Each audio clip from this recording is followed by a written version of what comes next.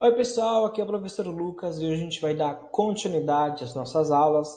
Hoje, o capítulo 10, vamos falar um pouquinho sobre os domínios morfoclimáticos do Brasil.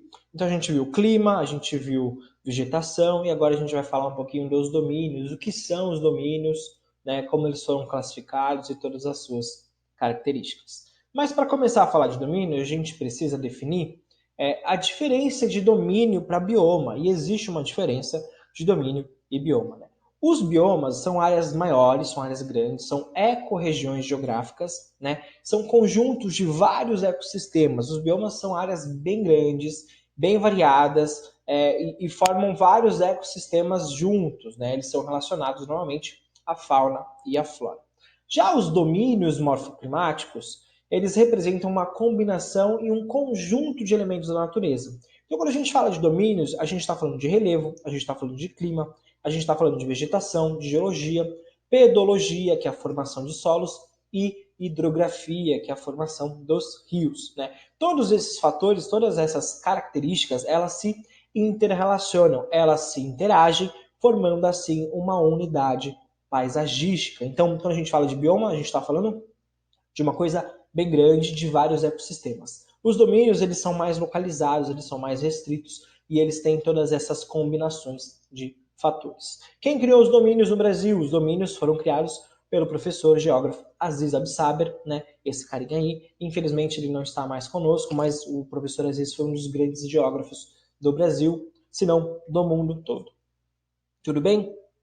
Para começar, então, aqui tem a caracterização dos domínios que o professor Aziz fez. A gente tem 6 grandes domínios e aí a gente tem as faixas de transição, que são faixas de transição entre um domínio e outro.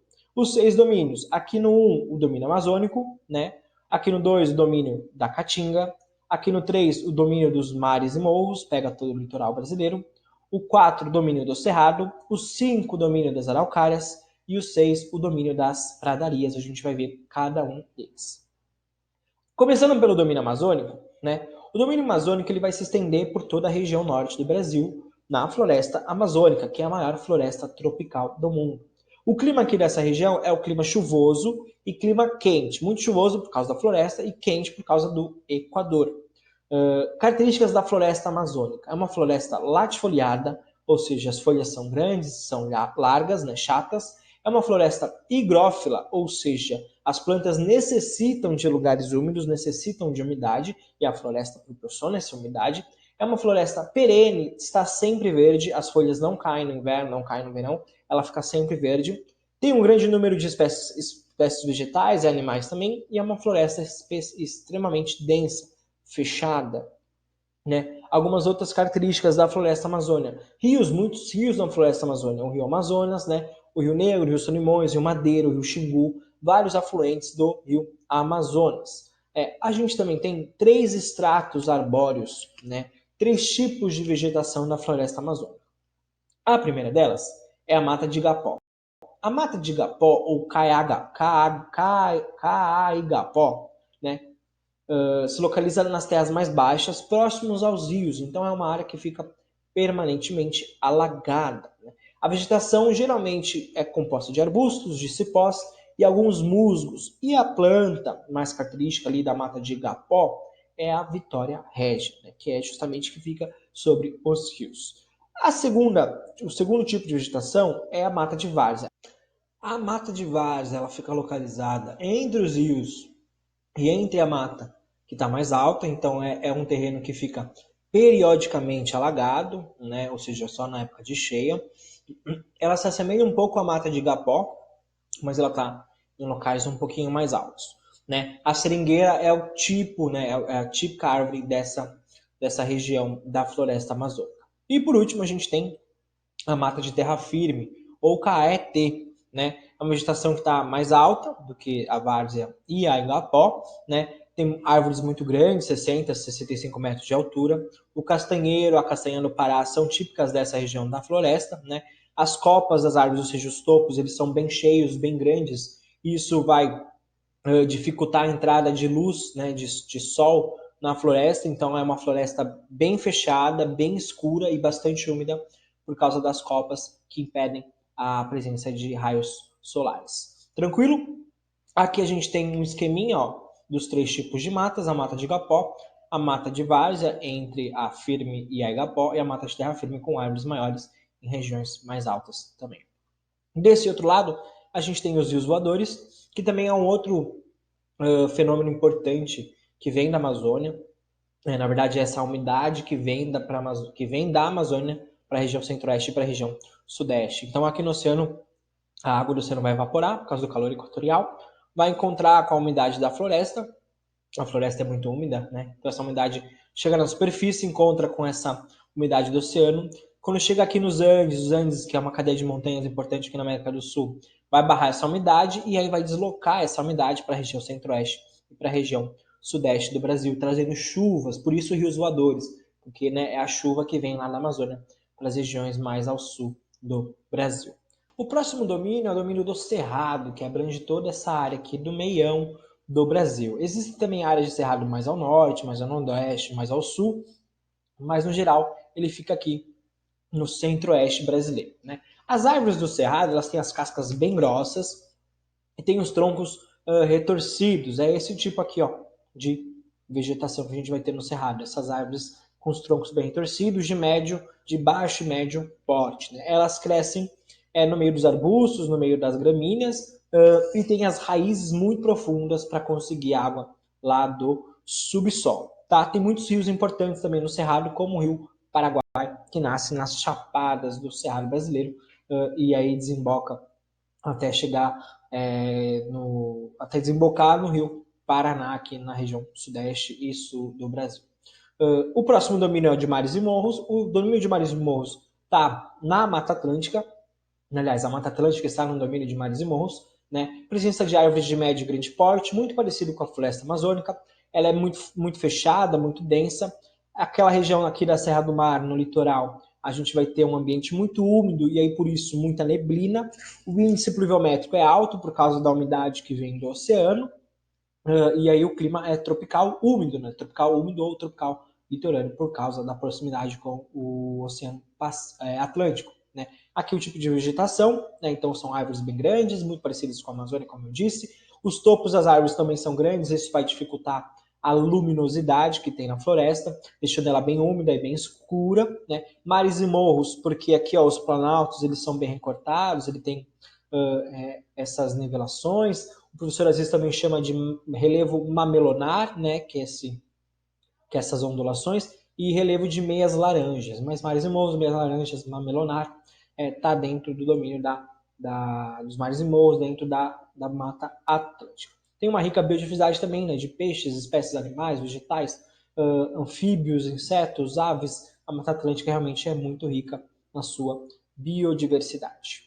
O próximo domínio é a Caatinga, na região nordeste do Brasil, né? É um domínio tipicamente do nordeste, então pouca presença de chuva, muita temperatura, né? Como o clima é semiárido, com pouca incidência de chuva, né? Mesmo assim, a Caatinga ela é muito rica, né? Então quando chove, a Caatinga fica toda verdinha porque o solo é muito rico, as plantas são muito biodiversas, então isso faz com que elas aflorem em épocas de cheias. Além de a Caatinga também possuir muitas nascentes de rios, né? Embora os rios sejam intermitentes, secam na época de seca, mas muitas nascentes existem na Caatinga, então quando chove os rios brotam literalmente do chão, né? Aqui o tipo de vegetação da Caatinga, que é a vegetação xerófila, cactos e bromélias, basicamente, né? As plantas xerófilas são aquelas que armazenam água dentro delas mesmas, e alguns arbustos também tortuosos também a gente pode encontrar na Caatinga, além de algumas gramíneas aqui e ali.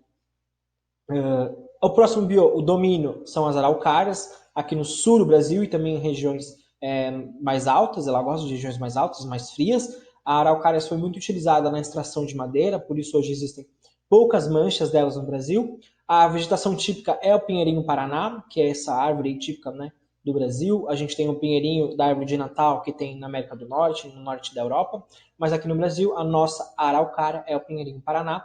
É uma planta, uma vegetação aciculifoliada, né, que tem as folhas pontudinhas em formato de agulhas que espetam, por isso esse nome, aciculifoliadas, né. Muito típico aqui no São Paulo, no Campos do Jordão, existem muitas araucárias, porque é uma região mais alta. E o último domínio são os campos e as pradarias no sul do Brasil, principalmente no Rio Grande do Sul, são aqueles campos, né, imensos de gramíneas que se estendem por vastas e vastas regiões. Podem aparecer também os capões, que são esses arbustos mais densos, normalmente localizados nas nascentes de rios ou próximos aos riachos, próximos aos córregos. Mas basicamente a gramínea com poucos arbustos aqui e ali. Ambiente bem frio porque está no sul do Brasil. Bom, e aí para terminar, a gente tem as faixas de transição, que como o nome diz, são faixas de transição, são faixas, áreas intermediárias entre um domínio e outro, com características mais complexas, né? Normalmente elas têm mais de um tipo de vegetação, por isso que elas não se encaixam dentro dos domínios. São essas 4 faixas, a gente tem o Pantanal, né, entre o Cerrado e a Floresta Amazônica, a Mata dos Cocais entre a Caatinga e a Floresta Amazônica, e os mangues e as restingas são tipos de vegetação, tipos de faixa de transição mais litorâneos. A gente vai ver cada um deles. O Pantanal ele vai ser localizado aqui no Mato Grosso do Sul. Ele é muito caracterizado pela época de cheia. Né? Então existe uma época onde vai ter muita água, uma época onde vai ter menos água. A área vai ser inundada. Né? Ele tem várias características de vegetação do cerrado, da floresta amazônica, da mata dos cocais, um pouco de campos. Ele é meio que uma mistura de todos eles. Né? E aí a importância da época de cheia, quando chove, e aí os rios sobem, né, as áreas são alagadas.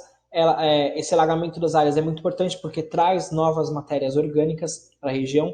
Isso vai renovar tanto a flora quanto a fauna do Pantanal. Então as cheias são meio que um fenômeno de equilíbrio, um fenômeno que equilibra novamente esse domínio morfoclimático que existe ali no Mato Grosso do Sul.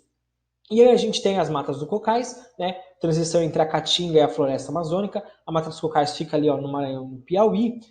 Ela também vai ter um tipo de vegetação diferente das outras, que são, né, as castanhas, que são os cocais. Normalmente a gente tira babaçu, castanha do caju, carnaúba, castanha do Pará dessas regiões da Mata dos Cocais. Então, ela é essa típica região entre a Caatinga e a Floresta Amazônica, mas ela tem uma vegetação completamente diferente. Né? Essas castanhas vão ser muito usadas na indústria farmacêutica, também na indústria de cosméticos no Brasil. E aí, por último, as vegetações litorâneas, né? E a gente vai ter duas vegetações litorâneas, vai estar próximo ao Oceano Atlântico. Então, a gente tem dois tipos de vegetação, que são os mangues aqui em cima e as restingas aqui embaixo. Os mangues são essas áreas, né, mais alagadiças, né, sempre no contato de rios com oceanos, ou seja, onde os rios desembocam, né, desembocam nos oceanos. Essas raízes próximas aqui, mais próximas às águas, vão favorecer um criadouro de animais, principalmente de crustáceos, caranguejos, camarões, vão ser criados, peixes também vão ser criados nessas áreas, porque tem muita matéria orgânica, as raízes, a água é uma água mais lamacenta, mesmo meio que um lamaçal mesmo, a gente chama que é mangue, o nome próprio é mangue, vai ser um criadouro de animais, principalmente para extração.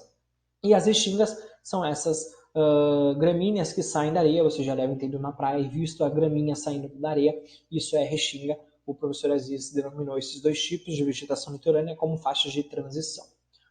Beleza, pessoal? É isso. Assistam a aula novamente, anotem as dúvidas para a nossa próxima aula online, a gente tirar elas. Tranquilo? Valeu e até semana que vem. Tchau, tchau!